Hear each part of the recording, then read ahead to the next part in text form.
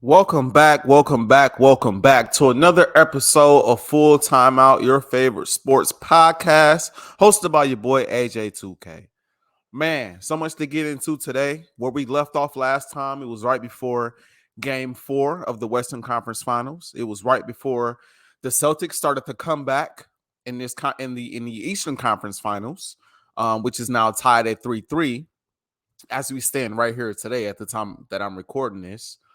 Um, and we didn't have this big boxing match coming up between Errol Spence Jr.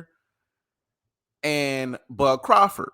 We didn't know about that. So I got to touch on that a little bit too, but I got to touch on mainly some basketball here today because we are still in the midst of the NBA playoffs and gearing towards the NBA finals.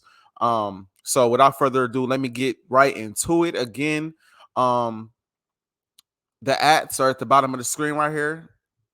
AJ2K. Find me on Instagram, find me on TikTok, find me on Twitter under the same name, AJ2K, A as in Apple, J as in juice, A as in alphabet, E as in eat, the number 2, and the letter K as in kite. Um, Also, if you're watching on YouTube, you can listen over the radio at theblock105.com. If you're listening over the radio and you want to watch this on YouTube, just go on YouTube, type in timeout 0824. Again, that is timeout 0824. Think Kobe Bryant is my favorite player. You'll find all my content from the regular timeout reels that I do, which are 60 seconds, to full timeout, which is what you're listening to right here, right now. All the episodes are there. And so, like I said, let's get right into this, man. Let's talk about first off, let's get this out of the way, man. Let's get this out of the way right now. Because the Western Conference Finals ended in a way that did not make me happy. Obviously, we talked about how the series was going, how every game came down to the fourth quarter in this series for the most part between the Lakers and the Nuggets. And I walked away from this series really disappointed. I want to say this first. As a Laker fan, I have to acknowledge number one, this team was 2-10 at the break, or 2-10 earlier in the season. This team was the 13th seed in the Western Conference before the trade deadline. This team made a bunch of trades, getting Rui, getting D'Lo, getting guys just in the lineup that really helped out with getting this team back on the right page and on the right track in order to make the playoffs. The team made the playoffs. They made a heck of a run and came up short. But the thing I'm most disappointed in is how we came up short and how we looked while coming up short. Um, Again, we talked about game one. Talked about game one. They came out flat and they did not come ready to play. It seemed like they were not. They just didn't seem prepared. They didn't seem prepared. They came back in the fourth quarter, got back in that game, and was a LeBron James 3 away from tying the game up and making it very interesting with maybe 30 to 40 seconds left on the clock in regulation. Game 2, we talked about how the Lakers came out with a different sense of urgency. They came out playing well, but, LeBron and AD sold that game at the end, shooting 6 3-pointers in the fourth quarter and facilitating in the Nuggets going on a 20-0 run. If I'm not mistaken, that's the same game Jamal Murray scored 23 points in the fourth quarter without Vando being in the lineup. Then in game 3, we saw that a lot of the same stuff, except that the Lakers, from my eye, came out flat. They didn't look like they had that sense of urgency that they had in game 2. They came out looking as if, or feeling as if, the Nuggets are just going to lay down and give us the game because they already won 2. They, a lot of teams, they come out on the road after being up 2-0 and they get comfortable. They just look for the split, And so it feels like the Lakers had that type of mindset and they had that type of thought process. And they felt as though the Nuggets are going to lay down. And the Nuggets didn't lay down. They didn't do what the Lakers thought they would do. Came out in the fourth quarter and went on a 13-0 run, basically to seal the deal, and put them up a commanding 3-0. And I came on here on the Full Timeout podcast, and I said, I think the Lakers are going to win game 4, and I think the Lakers are going to win game 5, and they're going to make things very interesting. I watched game 4, got to the third quarter, and about halfway through the third quarter, I instantly regretted everything I said. First off, I was very frustrated with LeBron. Yes, he went out there. He had 40-something points.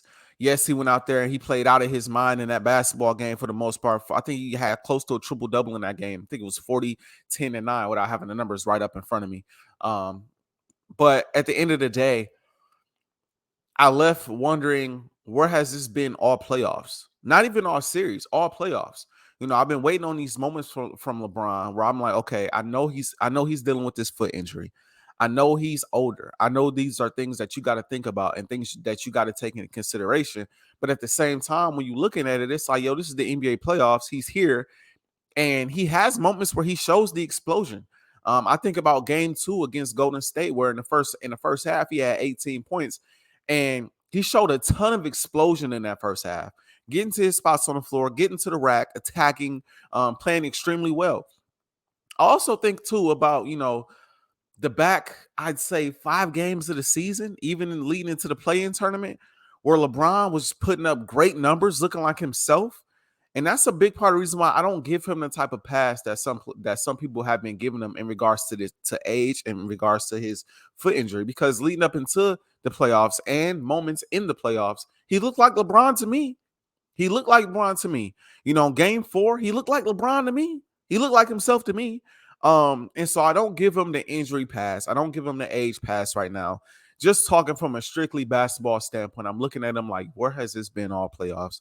There are multiple moments in multiple games where he could have put strangleholds on series where he just kind of packed it in, it seemed like. And that was frustrating to watch. We won those games, but we were playing with fire in those games. We win game 1. We basically, forfeit. It felt like game 2 of every series, leading up into the Nuggets series. Did we come out? We take care of business at home. We'd often kind of dominate in game 3, and then kind of it would take heroics in game 4 to win. A lot of times we basically vomit or not vomit. We basically forfeit game 5 again and on the road, and then come back and close things out in game 6. That was kind of what the Lakers were doing, but I knew that at some point that was going to catch up to LA, especially against a team like the Denver Nuggets. And for LeBron James, I also knew it would catch up with him too, because even on your best day, even on AD's best day, you still need a little bit more to beat the Denver Nuggets. You still need a little bit more just to beat those guys. And so in game 4, we saw a version of LeBron that I personally wanted to see out of LeBron in game 2 and in game 3. LeBron went for 30 in the first half. Said, this is the LeBron we've been waiting on. This LeBron should have showed up in game 3 when we were down 2-0. He should have shown up. Now, I understand the mindset of, hey, the games where LeBron is having a great offensive output, the team seems to struggle. The team seems to go as AD goes, because when AD has it going, he has it going on offense. He has it going on defense. We get out in transition. We run. Guys hit open shots. It seems like when AD has it going, guys aren't just standing around watching. It seems like when LeBron has it going, guys are just standing around, AD included, just kind of standing around watching LeBron do what he does. And I think that was a big part of the reason why, at times when he did have those big offensive games, they lose. But at the end of the day, when the team doesn't have it going and they're down 2-0, you got to turn it up. At the end of the day, you have to do what's necessary to win. Last episode, we talked about how Devin Booker had to basically turn into Michael Jordan in order to get 2 wins. How Kevin Durant had to have 31 and 39 in 2 games in this series in order to get 2 wins against the Nuggets. How Anthony Edwards had to beat Kobe in order to get a win in this series. So you saw that you needed great offensive outputs from your stars in order to beat the Denver Nuggets, because Jamal Murray wasn't going anywhere all series against LA. Jokic, even though his bad games was 23, 14, and 15, you know what I'm saying? Like that's his off game. He's still giving you a triple double. And so having that mindset going into a game 3 and, going into, again, a game 4, which he did eventually a game 4, but most notably having that mindset going into a game 3 is important. It's important. You need to have that mindset going into a game 3 of I gotta show up and I gotta show out. No matter what AD does, I gotta show up and I gotta show out. And we know every other game, he had 40 in game 1. He had a down game in game 2. We knew he was going to have a good game in game 3. AD, I'm talking about right now. We knew he'd have a great game in game 3. So LeBron, you got to match that. And LeBron, he was there and he wasn't. The team was there and they weren't. And again, they left the game up for grabs in the fourth quarter. The Lakers are a team that has struggled with the closing games in the fourth quarter for a number of years now, might I add. It's been some years. As a Laker fan, I've watched it for a while now. And it reared its ugly head again, time and time again in this series, which is again why we needed more from LeBron at times. Game 4, 30 in the first half. You come out of halftime and he's extremely passive. Maybe he's tired. Maybe he's trying to get his teammates involved. I don't know. But once that 15-point lead starts to dwindle down to 7, 8 points, it's time to get aggressive again. It's time to get aggressive again, Brian.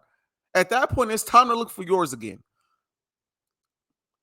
At what point do you just put your head down and say, I'm finna go after it. I'm finna go get it. I'm finna go get these buckets and I'm finna ice it. I'm finna ice this game. We had a 15-point lead. Lakers had a 15-point lead coming out of halftime. And by the end of the third quarter, they were down 5.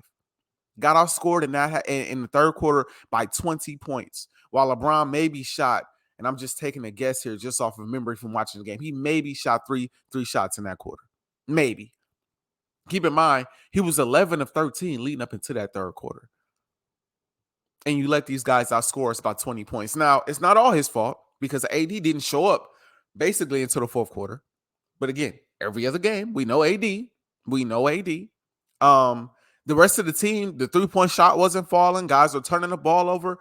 But again, it was one of those moments where LeBron had it going early. Everybody kind of sat back and watched. Nobody else got it going. So when it was time for them to get it going, they couldn't. Which is why, again, LeBron should have stayed aggressive. LeBron should have went for 50 points in that game. And I know, again, age 38, foot injury, I'm holding him to such a crazy standard. But I do think it was very doable.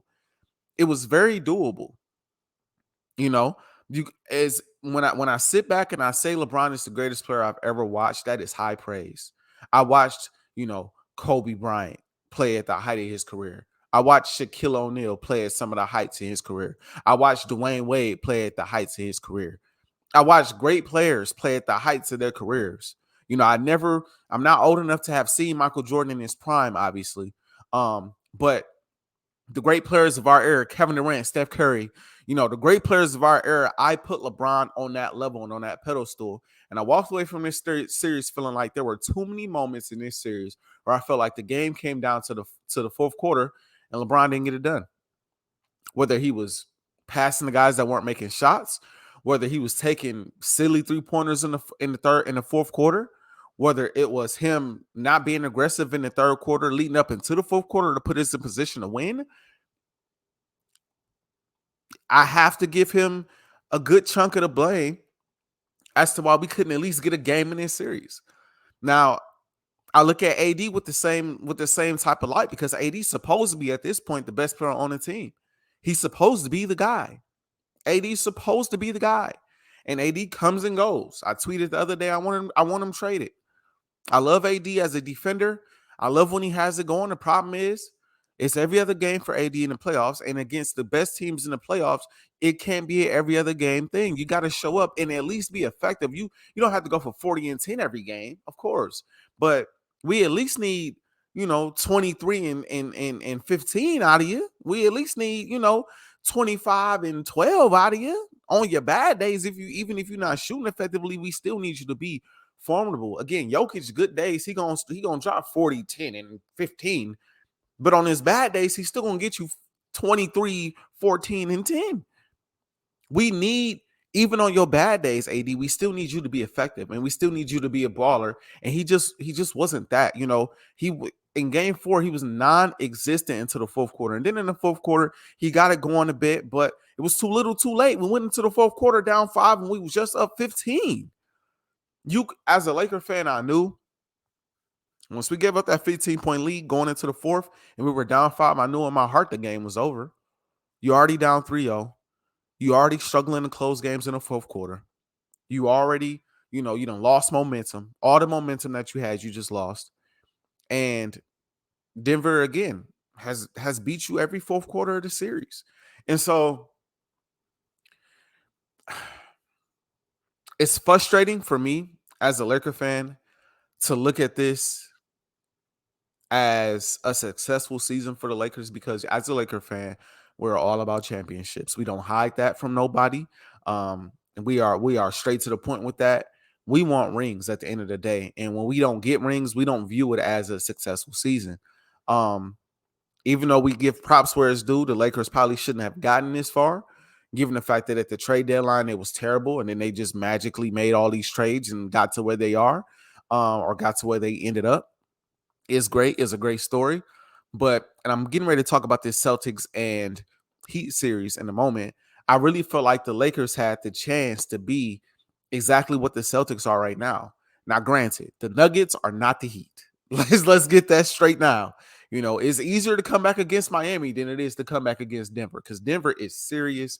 And I'll talk about, how I view them heading into this NBA Finals because I personally believe no matter who they play, they should be the favorite going into this NBA Finals. But at the same time, with the same token, given the fact that every game in this series for the most part was close and came down to the fourth quarter, I really feel like the Lakers had what it took in order to get a game or two and make this series a lot more interesting than what it was. The games were right there in front of you. They were right there. They were right there in front of the Lakers. And they just couldn't capitalize. And so I really felt like they could have won game four, and they could have maybe snuck one in Denver, got it back to game six. I was telling my lady, hey, Bron, go out here and have a monster game four, get us a win, which he did have a monster game four, just didn't finish the job. AD come out, he every other Davis, every other day Davis. So he gonna come out in game five, and he gonna probably give us like 35-15 in game five. Hopefully that's enough to get out of game five, come back to LA. And I'm thinking it could be, LeBron and AD can kind of bounce it back and forth, back against the wall. We got to do what it takes in order to get this to a game seven. I really feel like that series had the makings, and they had the chance. They had the opportunities to do it. And silly mistakes, silly coaching. Darvin Ham decides to wait till game four, down 3-0 to finally bench D'Lo. Don't understand it whatsoever when D'Lo was playing terrible the entire series. Don't understand waiting that late, but he did. He also waited till game four to give Tristan Thompson some tick. I didn't understand that. I thought that Tristan Thompson should have been given some tick going into game three. It just felt like the Lakers went into game three in this series. Like, we got this. We're gonna win this game. They didn't have the same back against the wall mentality, starting from the coaching down to the stars. They just didn't have that type of mentality until game three, it seemed like. Or game four, I'm sorry. Didn't have that same mentality until game four. Y'all have to excuse me. Like I said, I know my thoughts are all over the place when it comes to this. So y'all are kind of getting this. I have notes on the Celtics and on the Heat. I have no notes for the Lakers and Nuggets. This is just my knee jerk saying how I feel about the series, saying how I feel about the Lakers, and how I feel like they kind of folded and sold the series. It's painful. But again, shout out to the Denver Nuggets. Talk about them for a hot second. Jamal Murray was a dog the entire series. He didn't let up the entire series. He was just amazing. He hit every shot there was to hit. He hit every clutch bucket there was to hit. He took over fourth quarters in ways that I wanted AD and LeBron to take over fourth quarters.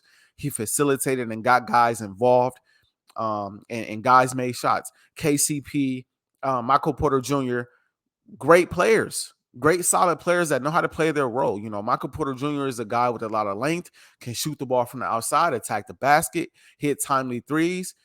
He does some weird stuff on the court sometimes, but it fits with this team. It works with this team. He's a very versatile player. KCP, I don't know why Darvin Ham and the Lakers insisted on using double teams off Jokic, using KCP's defender to help double Jokic. It was the dumbest strategy that they could have done. KCP played for the Lakers. We know how KCP get down. KCP one of the best 3-and-D players in the game. He one of the best three-point shooters in the game. I'm not leaving KCP under any circumstance. I don't care that Jokic has the ball in the paint and is getting ready to make a layup. I do not care. If AD not going to block it, if Bron not going to steal it, whoever down there defending him, Jokic just going to get that bucket because the Denver Nuggets are more effective when everybody's getting involved, not just Jokic. which is why Jokic works so hard to get everybody else involved. But I'd rather give up the 2 than the 3. It's basic math. Give him the layup. I'm not gonna give KCP a 3. Time and time again, we saw Reeves try to double Jokic in the paint and come off KCP. Time and time again, we saw who else? Schroeder try to double team. Like, Schroeder's too small. Why would you use him as a double guy anyway? That don't make any sense. We saw LeBron kind of do it here and there. You know what I'm saying? Like, we saw Lonnie Walker. We saw him double. And it's like, yo, why are we leaving KCP? That's probably their best 3-point shooter. Why are we leaving their sniper wide open for Trey? Ridiculous. But again, shout out to the Denver Nuggets. They have a team, and I didn't even bring up Jokic yet. They have a team that should win the NBA Finals this year. And I'm going to preview the finals in a moment when we get to Boston and the Heat and how I think Game 7 is going to go and how I think the NBA Finals is going to go, no matter who wins Game 7.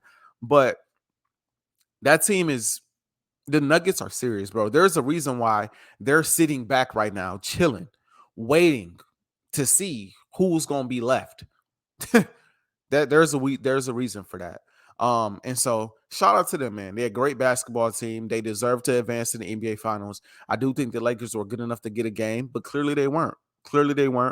And the Nuggets were serious. They felt like they have been the one seed that's almost an underdog because they don't get the national attention and the notoriety that they feel like they should. And I respect that. Mike Malone talked a lot of trash the entire series. We did nothing to shut him up. So he can talk as much as he want to talk because they won and they swept us. And I do want to say this really quick. Get this out the way. For all the haters out there that are all on my IG, all on my DMs, texting me, y'all got swept. Y'all got swept. Y'all got swept. If your team is not the Denver Nuggets, if your team is not the Boston Celtics, if your team is not the Miami Heat, please respectfully shut up. Stop talking. I've never been a fan of people who like to try to troll and all of that when their team ain't worth talking about. There are levels to this. And the Lakers, I hate to be this guy as a Laker fan, but the Lakers are known for winning championships. It's what they do. The Lakers are known for deep playoff runs. It's what they do. It's who they are. Even coming from a 13 seed and making it further than most of your favorite teams made it. Western Conference Finals. And us Laker fans aren't like you regular fans, because you regular fans are happy with a Western Conference Finals berth. We want championships. So we're looking at it in a completely different light. So there are levels to this. We got 17 chips for a reason. Please understand that. And even if you are a fan of one of those teams, probably besides the Boston Celtics, get your rings up because you still ain't with us yet. And in most cases, I'm 28 years old. If you want to not include the Magic years and the Kareem years and all them years where they won championships before my birth, okay, we could just take the years from when I've been born. Kobe got me 5. Bron got me 1. 6 championships. So that's more than most of your favorite teams in history too. We ain't got to count the other 11. So I just want to get that out there, man, because there's a lot of people that, you know, and I take responsibility. It comes with the territory. When we win and I talk trash. When the Lakers and the Eagles win and I'm talking trash, is what I do. And I take that on the head. And when we lose, I'm still going to talk. It is what it is. But I'm always going to, you know, when it comes to the Lakers, man, I can stand on a different type of pedestal with them because they got a ton of rings. The Eagles don't necessarily have that, but they're at the top 2, not to deviate. But again, shout out to the Nuggets. They deserve to be in the finals. They have an amazing team. Jokic is basically unstoppable. Hit the game winning layup in game 4 over AD. Hit timely buckets, over the head shots. I mean, he's ridiculous. He's extraordinary. He's talented. You know, he works hard. I said Embiid should have been MVP. Is looking like Jokic is the real MVP. The moment his team is healthy again, he's right back in the conference finals and in the NBA finals. Got to give credit where it's due. They're a great team. They're well coached. They play inspired. They play motivated, and they got a ton of time to rest them legs now. So shout out to the Nuggets, man. They did what they were supposed to do, and they're in the finals. Moving on to the Celtics and the Miami Heat in the Eastern Conference Finals. Now, I will say this. At the time that this is being recorded, This is Monday, earlier in the day. Got plans later today. It's Memorial Day, so got plans later today. So I won't be able to get this recorded, and I won't be able to get this recorded after the game. I won't have enough time. So I got to record it before the game. What I will say about this series is it's so up and down. It's so up and down. And it's really amazing to watch. It's really amazing to watch to see the Miami Heat go up 3-0, and they basically look like they're the better team. It looks like that. Going into this series, most of us felt like the Celtics are the better overall team. But I think ESPN gave them a 3% chance, gave the Heat a 3% chance to win this series. So that tells you a lot, even though ESPN ain't always on point. And I know, yes, I work for them, but at the same time, they're not always on point. That kind of gives you an idea, though, as to what the general public thought about the Boston Celtics and their roster compared to the Miami Heat and their roster. Miami Heat are AFC for a reason. You know what I'm saying? They had a lot of unfortunate injuries to start the season, and their chemistry was off. They did get hot leading into the playoffs in a way. They lost the first play-in tournament game, won the second, got in the playoffs, and they got all the way this far. But they still an AFC for a reason. And so a lot of people had the Celtics as favorite to win the series. But then when the Heat went up 3-0, it was like, hey, yo, maybe the Heat are the better team. I said to start this series, or I said last episode, and these are things that I've said about the Celtics constantly. I said these three things about the Boston Celtics. I've said the three issues that they have. Number one is Jason Tatum and Jaylen Brown either not playing well or not staying engaged late in games. That has been an issue with them for a while. It's been an issue that they have been trying to, I feel like, avoid, and an issue that they have been trying to overcome since the start of the playoffs, in my opinion. A lot of these series, again, I've said this before and I'll say it again, it's no way in hell they should have won Game 6 with the Hawks. There's also no way in hell they should have won Game 7 with the Sixers. It just shouldn't have happened. They're better than both of those teams. But it happened for a reason. It's because of who they are. Those two players, either they're not playing well or they're not engaged late in games. Another issue that I brought up, Joe Mazzulla's coaching. Most notably, his lack of timeouts used in crucial moments in games, allowing these teams to go on huge, massive runs and not calling a single timeout, trying to allow these players to play through it, and the players clearly are not playing through it well. Also, end of game timeouts. We talked about the series against the Sixers in Game 4 where he didn't call a timeout at the end of regulation or in OT. We talked about, at times in this series where I feel like timeouts should have been called late in games and they weren't. And then the last thing was the sheer energy and effort. The Boston Celtics, they play with a certain level of arrogance. It seems like they play with a certain level of arrogance and a certain level of, a certain level of we got this. We ain't worried. We'll be all right kind of mindset. And that mindset gets them in trouble a lot. It gets them in trouble a lot. So those were three issues that the Celtics had. And I feel like all three issues reared their ugly heads in this series so far, leading up into the reason why they're down 3-0. But then they go on and they win 3 straight games. And so let's talk about the energy and effort first. Miami in the first 3 games, they scored 123 points in game 1, 111 in game 2, and 128 in game 3. They scoring easily over 100 points every game in this series, the first 3 games of the series, right? Last 3 games of the series, the energy and effort steps up. And it starts, you can always tell with energy and effort because it starts on the defensive side of the ball. It's not really about offense because the Celtics can score. It's always about defense. It's about tenacity. It's about nastiness. It's about getting to the loose balls, limiting teams to one-shot opportunities, getting those defensive rebounds, and pushing the ball in transition. Well, you see that now in games 4, 5, and 6. Game 4, 99 points. Game 5, 97 points. Game 6, 103 points for the Miami Heat. Obviously, offensively, now they're starting to struggle some because the Celtics have tightened the screws on the defensive side of the ball. They have stepped their energy and effort up. Last 4 games in the series, Bam Adebayo has averaged 12 points a game, 12.5 points a game. You round it up, give him 13 points. It's still not enough.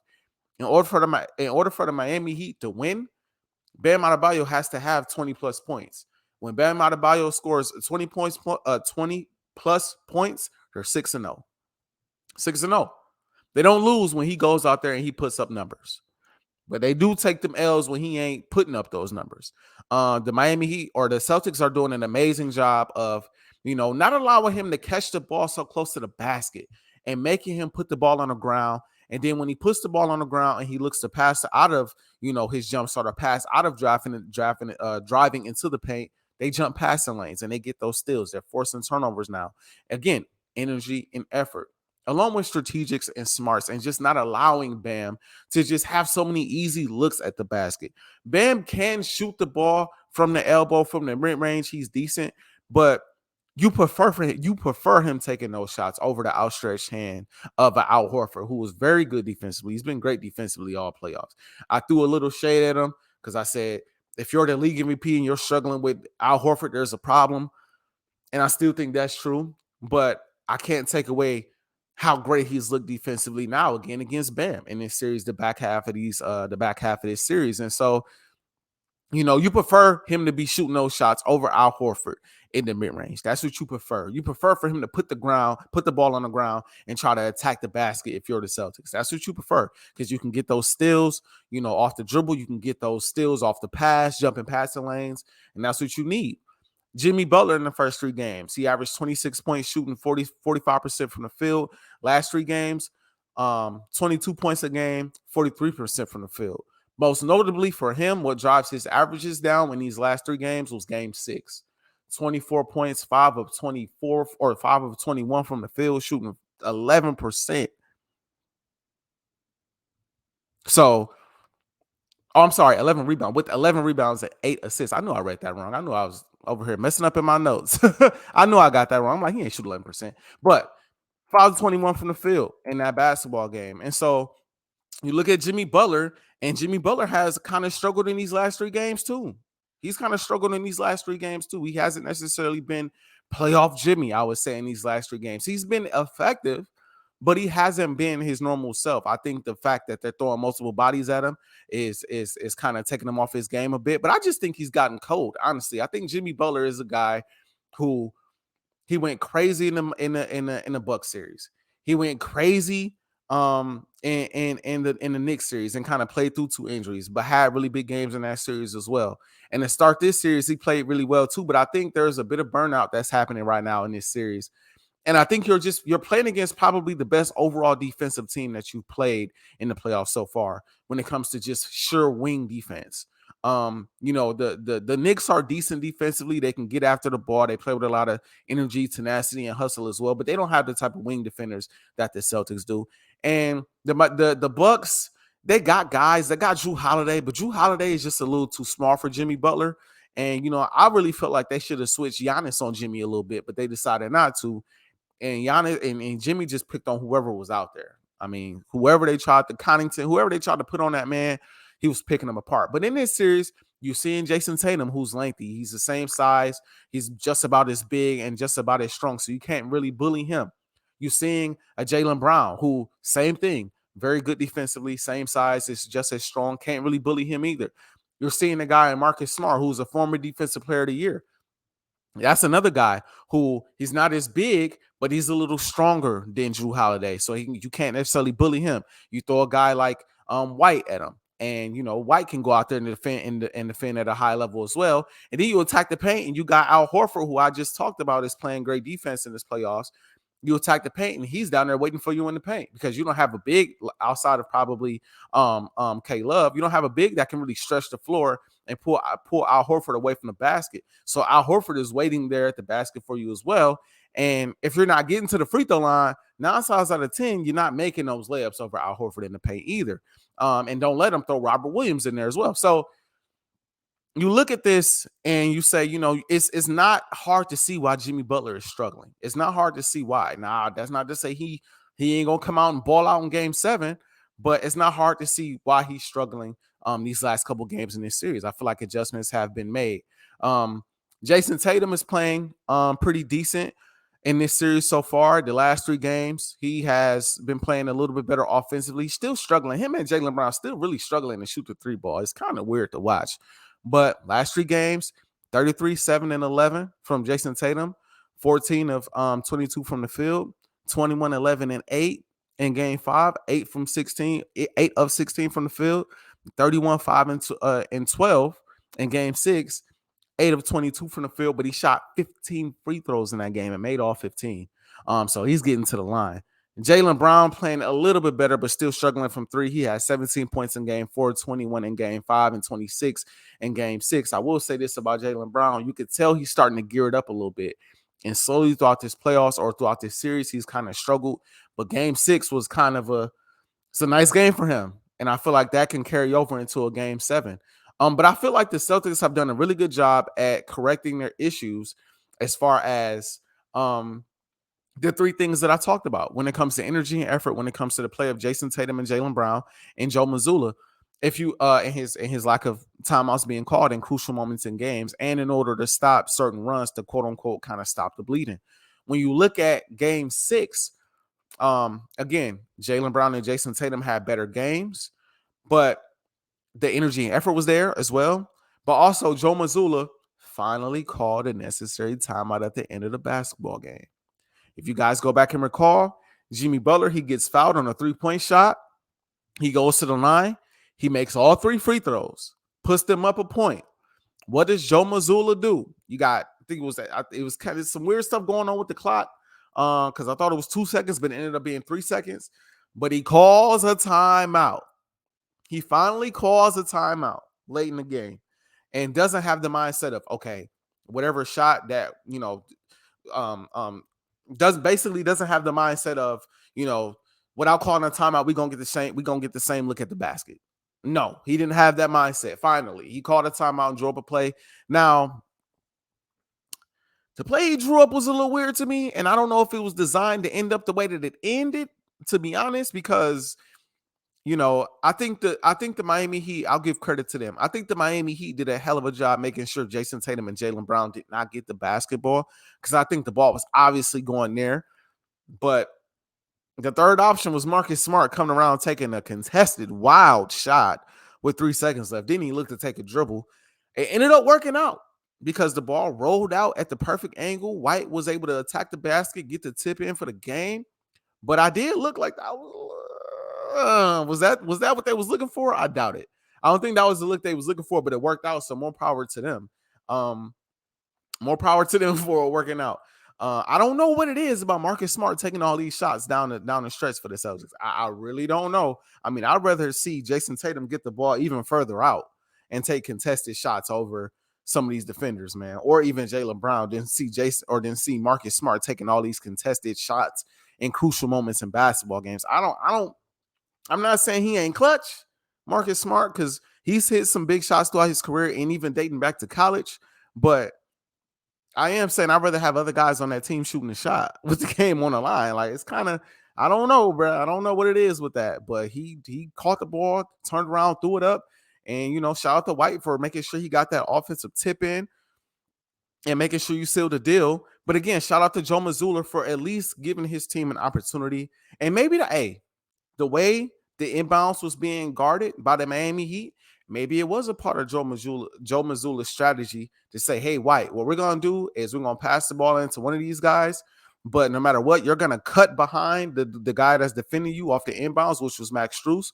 We're going to cut behind him and attack the basket because it should be open if he has his back to you. He don't know where you are, really. So you only got 3. I'm sure the Miami Heat are thinking they only got 3 seconds left. It's not too much that they could do. I'm sure, though, what they didn't expect is Marcus Smart to catch and shoot as quick as he did, for them to have to be responsible for crashing the boards as quick as they did. And it ultimately resulted in White getting a tip in, because 3 seconds left on the clock. You're not looking at least me as a fan of the sport and a guy who plays some basketball, 3 seconds left, I'm looking to get a pretty decent shot. I'm looking to probably dribble the clock out, take a couple dribbles and get a good shot. You know what I'm saying? Or, catch the ball off the inbounds, run a quick play to somebody in the corner or somebody cutting back door. I'm using the whole 3 seconds is what I'm getting at here. I'm not taking the ball, giving the ball to somebody and just jacking it unless it's a clean, wide open shot. It dang sure ain't Marcus Smart shooting the ball over 2 defenders pretty much and just it's not that. It's not that. But again, it worked. It worked. And I'm pretty sure it caught Miami off guard. And so I'm not mad at Eric Spoelstra. Eric Spoelstra is one of the best coaches of all time, in my opinion. Easily one of the best coaches, maybe the best coach in the game right now. He's right up there with Greg Popovich. He's right up there with Ty Lue. But at the end of the day, the way they defended the inbounds kind of did cost them. It kind of did cost them because White literally just cut to the basket right behind Max Strus and got that tip in. And Max Strus was in a position where he couldn't even. I mean, I don't blame him. He wasn't even. How can you know where he is if you got it? If you got your back to him, like you don't know where he is. He cutting right behind you. So really tough break. And I say all that to say, my issue with the Celtics, they've corrected for the most part. They've corrected the three issues that I have. But my issue with the Celtics are this. Why does it take you guys having your back against the wall in order to get these type of efforts? That's the thing that gets me, bro. We saw it last year in the playoffs when they played against Miami or it played against the Bucks and they had to go down 3-2, and then it took heroic efforts from Jason Tatum to come out here and go crazy, right? And to get them to a game 7 where they ultimately won that series. We saw it this playoffs with the Sixers where they didn't show up in game 1. They didn't do what they were supposed to in game 4. They went down 3-2 and had to come back and win that series.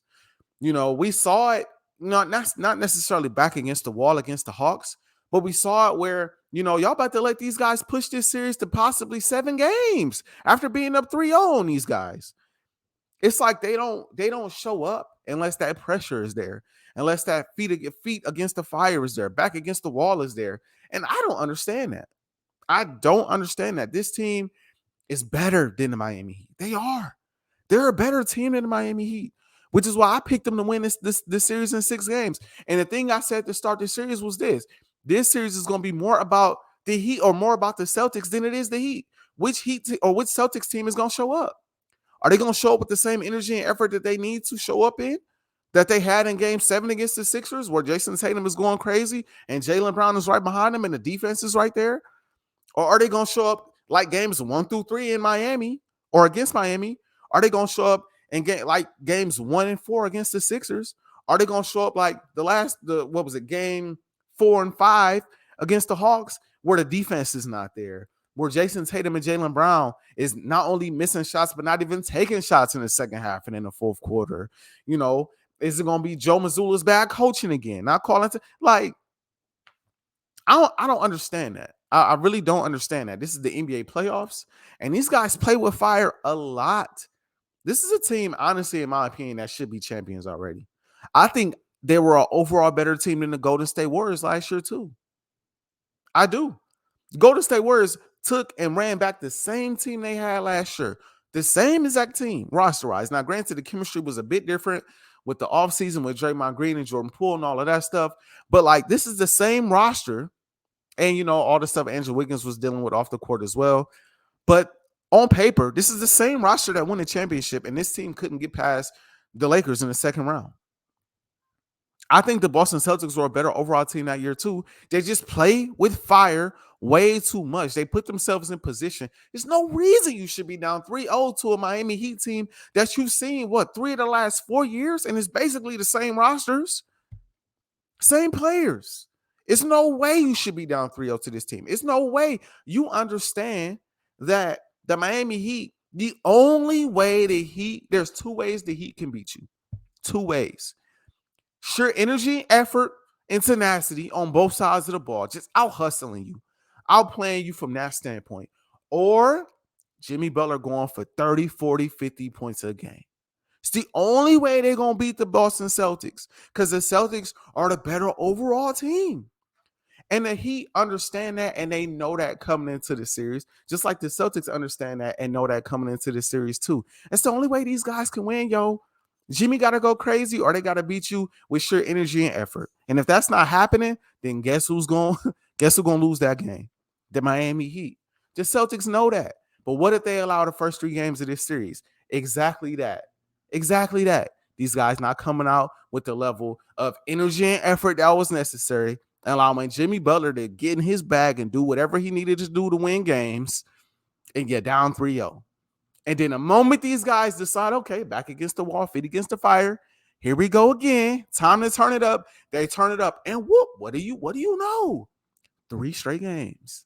3 straight games. W's over a team that you're better than. It's not rocket science. It's not rocket science, which is why I said this series is more about what are the Celtics going to do than it is about what the Heat are going to do. Because for the most part, you know what you're going to get from Miami Heat. Game 7 tonight, you know what you're going to get from the Heat. Jimmy's going to come out playing aggressive, looking to redeem himself from a terrible game 6 that he just had. Same thing with Bam, because he was rough in game 6 as well. They're going to try to redeem themselves, but it's game 6 for them is going to be more about energy, effort, tenacity, defense, hustle. That's what it's going to be about. And Jimmy Butler trying to save the day in the fourth quarter if it comes down to that. As the Boston Celtics, you should know that's how it's about to go.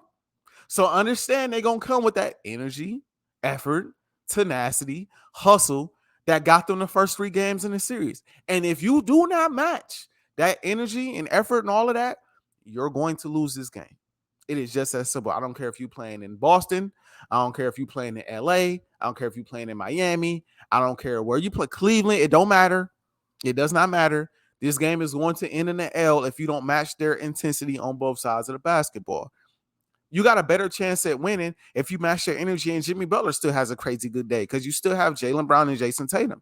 But if Jimmy could have a bad day, they match that they go out there with more defense and tenacity and effort, hustle, and they could beat you with Jimmy having a bad day because they have guys that play with that dog in them. And so that's what it really comes down to in this game 7 tonight.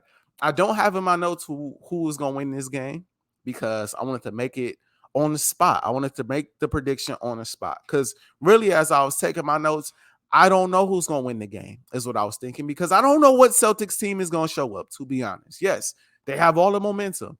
Yes, they won 3 straight games. Yes, they are the better team. They have an MVP caliber player and another, I believe, all NBA caliber player in Jaylen Brown on the team. They got a defensive player of the year on the team. They got Al Horford, who's great with leadership and great at shooting the 3-point, the 3 ball, great with defense. They have the better team. They're the deeper team. I understand all of that. But I don't know what Celtics team is going to show up. And I know what Heat team is going to show up. That is my problem. That is my problem.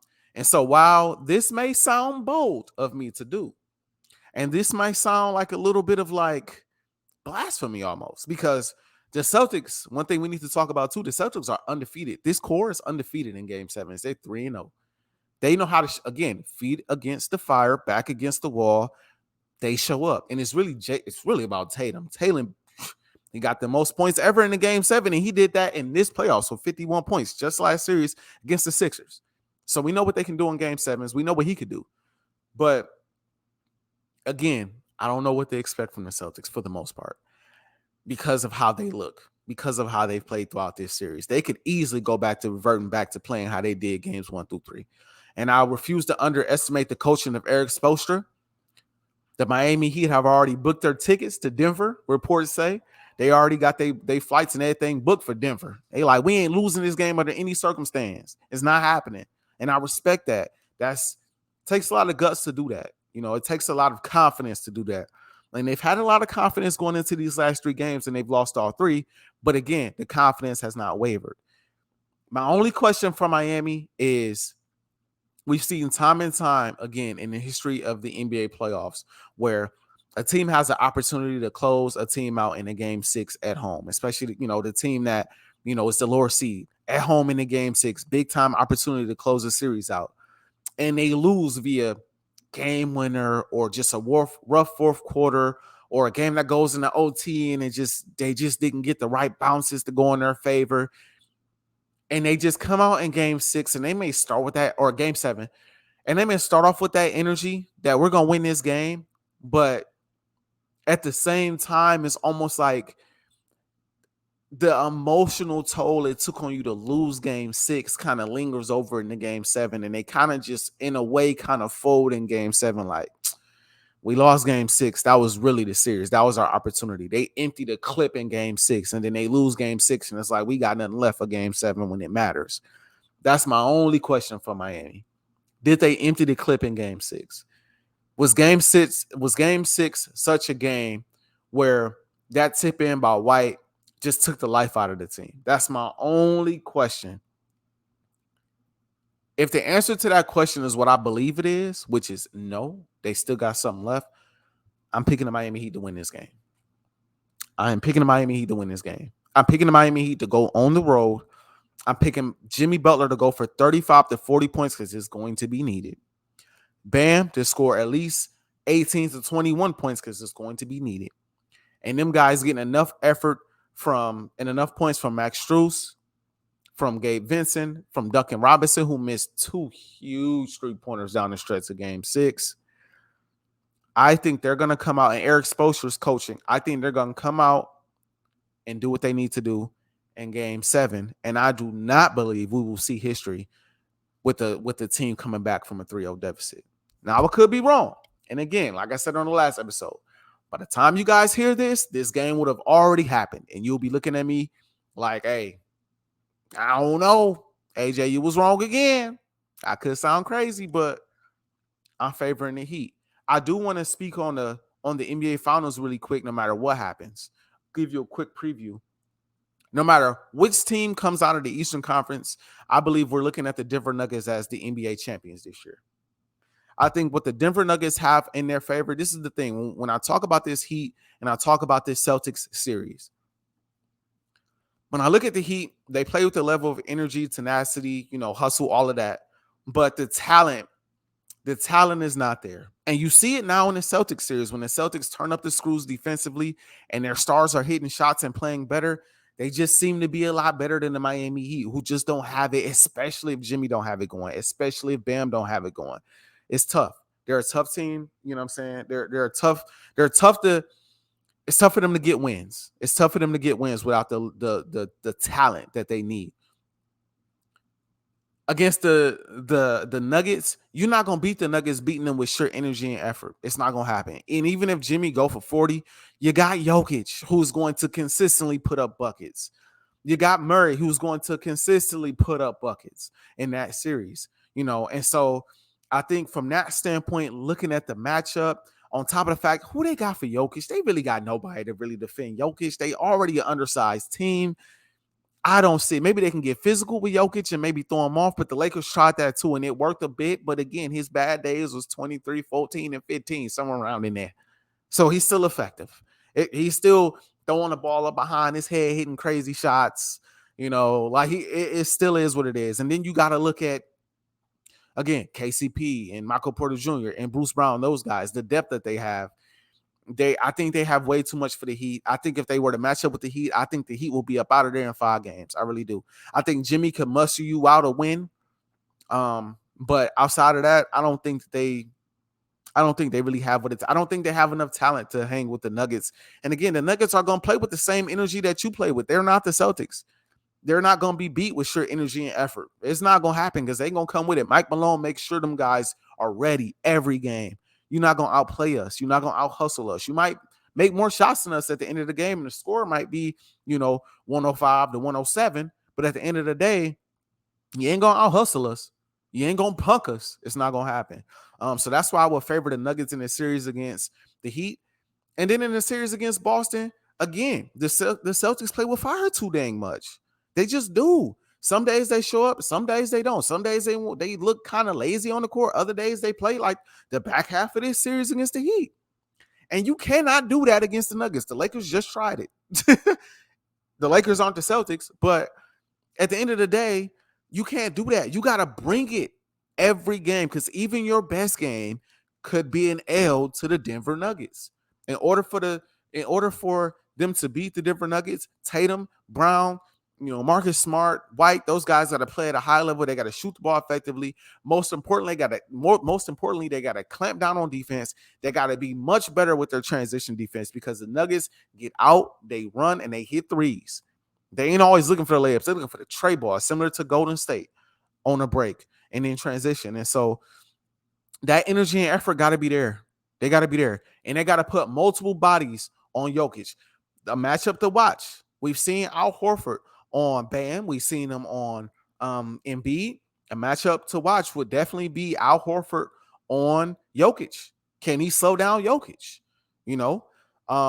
That would be something to watch. Something else to watch will be Aaron Gordon. Aaron Gordon is going to play a lot of guys. He's going to match up on the perimeter. He's going to run up against Jason Tatum and Jaylen Brown. Can he slow either one of those guys down? That's definitely something to watch. The coaching matchup between Mike Malone and Joe Mazzulla. Again, Joe Mazzulla has had he's had good games and good moments, but he's had multiple coaching meltdowns too that Mike Malone ain't having. Something else to watch out for. I just think overall, I think the Celtics match up much better with the Nuggets, and that's a matchup that I would prefer for entertainment purposes. But I think when it comes to sure will, desire, tenacity, and hustle, I think the Nuggets would have the edge. And I think that's what it would take in order to beat the Boston Celtics. They're going to have games where they don't show up. And it's going to be on the Nuggets. When you get there back against the wall against the Celtics, it will be on the Nuggets to put them out.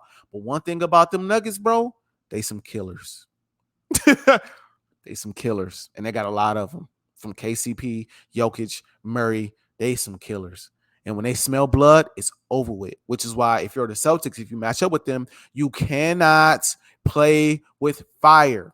And this ain't even food. Notice I said you can't. Notice before I said they play with their food. I ain't even going to say food because the Nuggets ain't food. You can't play with fire because these boys are fire. And I think the Celtics would at some point in this series, and I think it would cost them. Don't go down 3-0 to the Nuggets. Don't go down 2-0 to the Nuggets. It's over at that point.